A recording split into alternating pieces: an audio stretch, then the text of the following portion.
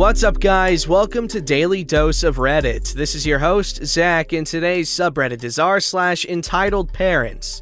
This story's called, Entitled Mother Wants Free Food Cause She Can't Dine In. So to start out with a bit of background, I work at a restaurant, and with coronavirus issue and quarantines, most public places have been closing down, including restaurants, unless it's for carryout. This was just the other day, so it's still pretty fresh, and as the title says, I'm sure you can figure out what happened, so let's get on to the cast. Here's the cast. Entitled Karen. Entitled Kid 1, about 7 or 8. Entitled Kid 2, about 5 or 6, I'm not the best with age. OP, me, 23-year-old male with anxiety, and I get panic attacks occasionally. Manager, my awesome manager. Now to the story. I was working the night shift yesterday at the front, waiting for the next to-go order, when a car pulled in and parked before a mother and her 2 kids got out. And she had every Karen aspect, hair and all. They came in, entitled mother almost dragging the kids in, and I thought, okay, to-go order shouldn't have an issue. Was I wrong?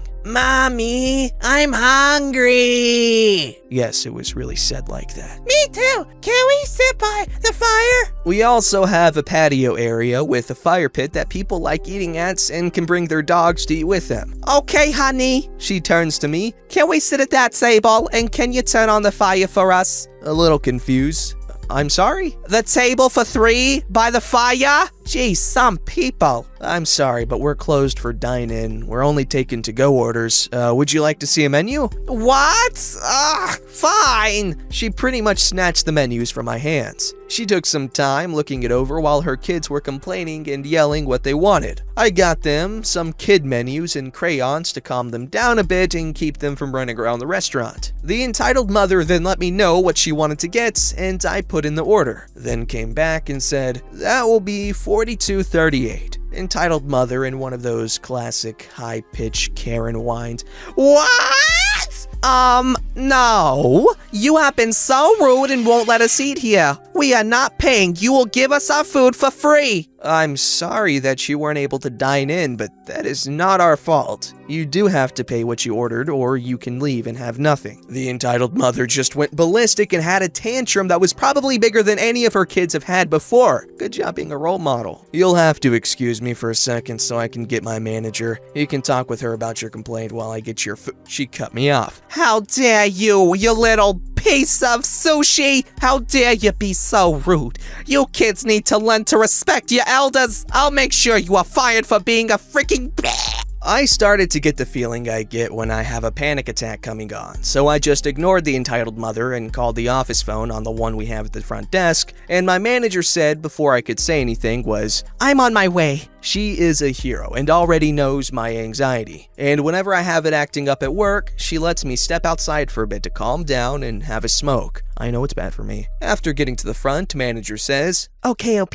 go take a break. Hi, I'm manager. I'm the manager on today. How can I help you? Yes, I want that employee fired. He has been very rude to me this whole time and... At this point, I was far enough away I couldn't make anything out, but I still hear her from the back. I step outside and sat down because I tend to lose my balance when I have an attack. I calmed down for a bit and had some water and a smoke, and when I was feeling better, I went back inside. At that point, the entitled mother and her kids left. I was told the rest from my manager. Apparently, the entitled mother said I refused to seat them, was impatient while she decided what to get, and that I was, insert a homophobic slur, and pervert trying to hit on her sons. My manager had none of her Byzantine sandals and told her she was watching the cameras the whole time and none of which happened, while pointing to a camera that was above her. Pay for the food and leave, or get no food and leave. Your choice. The entitled mother just grumbled in defeat and paid, and after getting their food, left without another word, but did put 0 for the tip. Go figure. At least it wasn't an issue that required the police. After that, my manager and I laughed about it for a bit, and I got a free meal and got to go home a bit early. My manager is the best. As for all of you, I hope you are all doing okay. Make sure to be safe and wash your hands often, and let me know if you want to hear more. Might be a little while till I have a new story, but I do have some more older ones.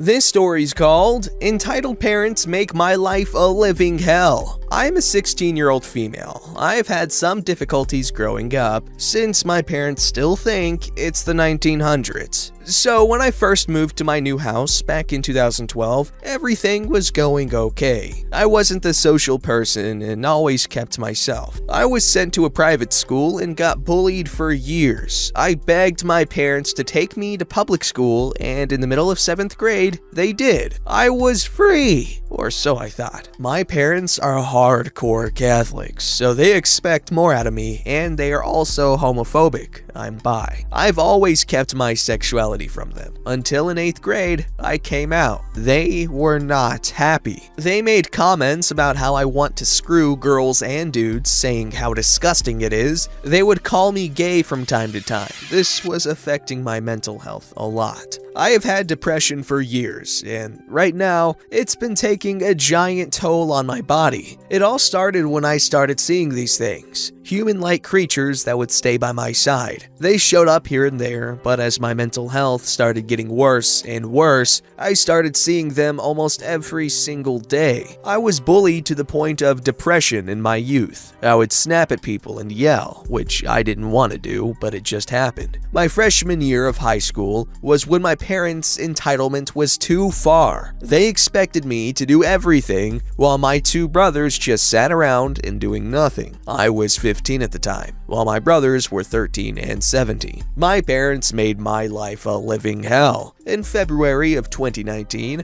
I had so much anger trapped inside of me, and I snapped at my parents, saying how I wanted to kill myself, how everyone hates me. I was sent to something called outpatient. It's like being in a hospital, but during the daytime. No Saturdays or Sundays. I was there for 3 weeks, and did it help me? Not entirely. My parents acted all nice until I was discharged from the place. About October of 2019, I tried overdosing to kill myself. I took probably around 20 to 25 pills of Trileptal, a mood stabilizer that helps with my bipolar disorder. My ex of 7 months broke up with me, and I was crushed to the core. My parents were saying how I should get over him, but I couldn't. He used my body and money. I thought what we had was special. I overdosed to get out of this world, but then I was sent to this place called inpatient, where you're actually inside of a hospital 24/7. It was hell there, but I was only there for a week. We would have these parents' visits every Monday and Wednesday, and my dad would berate me to the point where I would cry, and then he would get mad at me even more. Once I got out of inpatient, my dad asked me this: "If you wanted to die so badly, why didn't you just let those pills kill you?" I was literally taken aback. The truth is, I want to die, but I was too afraid that I might hurt my family and friends in the process. I kept quiet while my dad yelled at me in the car back home. Well, I convinced him to drop me off at school because there was a football game and we're performing. I'm in the marching band, and music helps me through times like these. He gave in and let me go, and once I arrived, my friends ran up to me and hugged me. My ex is also in marching band with me. I could barely look at him in the eye. My friends huddled next to me outside of the band room before the game, and I explained what happened. A few weeks go by, and I started dating my best friend. She's kinda like me, but she wasn't sent to a hospital for mental health. I kept it a secret from my parents, cause then they would start yelling at me again. Around Christmas time, I was having a mental breakdown, and I texted my friend, telling him that I felt like my family hated me and stuff. He messaged my older brother, and all hell went loose. My parents were yelling at me, they took away my phone and my laptop, banned me from social media, etc. I have my laptop right now, but I have to keep it downstairs and I can't play games on it. My dad still gets mad at me and worsens my depression. I was about to go out wearing shorts yesterday. It was like 45, 50 degrees Fahrenheit, and my dad called me an intellectually disabled individual. I still get yelled at here and there, but I decided to just be the quiet one in the house and do whatever my parents want me to do. I would be kept in my room on my laptop, probably watching some videos or playing a video game, and that would help me calm down. I would also listen to music to help with my anxiety. I still have the feeling of depression inside of me, and I started seeing Kane, the humanoid creature I mentioned above, and he comforts me a lot. Edit, I'm doing a bit better now, but I kinda shut myself out and all is going well for now. I just wanted to rant instead of bottling it up inside of me. Thank you guys for trying to support me, I really do appreciate it. Even though I'm going through this hell, I still love my parents. I don't want them to get hate, but I just wanted to get it off my chest so I don't snap. I don't plan on calling CPS or the police anytime soon. I know it's really hard to get help when you're that age and your parents are the problem, but honestly, you really should get help of some form because it's not fun to live like this, and it's not healthy if you've already tried to. Anyways, yeah, these parents are horrible people. It's not like her freaking being bi at all changes who she is, but such is life when your parents use religion to repress you.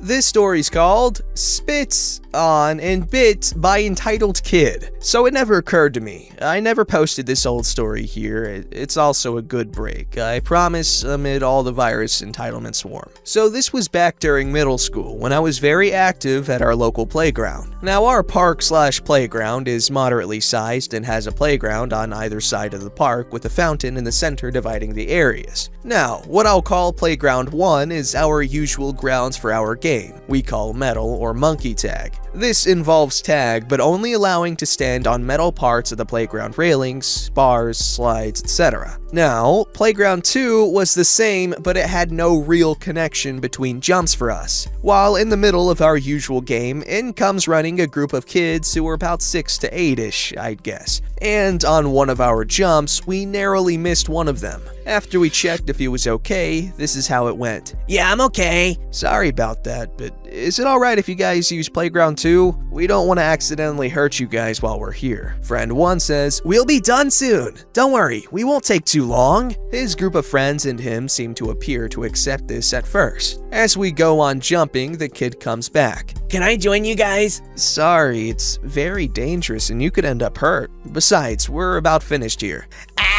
I want to do that too. It's not fair. I'm gonna get my dad to beat you up if you don't let me join you." "Sorry, but we gotta go now." On that, as I turned around, I felt a wet thud land on my leg. The boy had just spit a fat one at me. Friend 2 says, "Hey, don't spit at people because things don't work out like the way you want it. It's a bad thing to do." "Look, we gotta go, and don't spit on people." We walk off to the drinking fountain at the entrance of the park, and as I'm waiting, I feel a large, sharp pain in my back. The child had apparently not liked that we turned him down and latched his teeth into my back. My friend pried him off. As he went, it pinched down on my back hard and snapped off as my friend got him off. In that next moment, Entitled Mother had seen us pulling her kid off of me and screamed at us. My friend checked my back to see if I was bleeding while this was happening. "What are you doing to my kid? You're older kids. You shouldn't be bullying him. What is wrong with you?" "Your kid just ran up and bit my friend." "There's no way he would do something like that. He is a well-behaved boy. Besides, he's only playing around. You should just let him do what he wants." I turn around and my friend lifted up my shirt to show bite marks and a nice small trickle of blood. "Well, if he did bite you, you probably did something to hurt him first." "All I said is he couldn't play with us after he spit on me and then he jumped up and bit me. Control your kid." Was not being polite. I was pissed. "Well, why not? Are you leaving him out of your games because he's younger? No wonder. You deserve that bite." Friend 2 points at playground, specifically a bridge section, but I'm not sure what it was called, but it was the longest jump we barely make, and was clearly a jump probably 3 times more distance than the kid could make. "Alright, so do you think he can jump from that spot to there?" "No, of course not. Why would he?" "That's what we're doing. So we tell him he'd get hurt doing what we're doing." Entitled Mother cuts him off. "What is wrong with you kids? Are you trying to break your face and teeth? This is no circus. This is a playground. What are you even doing at the park? You're too old to do stuff like this. Can you even do that? I bet you're just over-exaggerating so he couldn't play." Friend 1 casually walks over to the playground, makes the jump, lifts himself, and then hops off. "There, happy now? We're leaving. Bye-bye. Learn to teach your kid not to bite or spit on people if things aren't going his way." "Well, my kid could make that jump too. Go play with him. He can beat all of you dumb craps at it." Completely forgetting her initial claims of her child not being able to make the jump and or breaking their face, I was about seething at this point from the whole situation, and I guess my friend noticed the look in my eyes and just grabbed me and just went, "Let's go, we got dinner to grab." Entitled mother as we walk off, You kids are animals and should be allowed here. You're a danger to every kid. friend 1 flipped her off and kept holding it until we got out of eye range, while friend 2 yelled, "You're a dumb bitch who can't raise your kid." Honestly, it was outrageous, and at dinner my friend's dad was treating us for, he asked why I had tears in my eyes and looked ready to punch someone, and we told him the whole story, and he just said, "Yeah, there are some crazy people, but forget about it. Now, let's eat."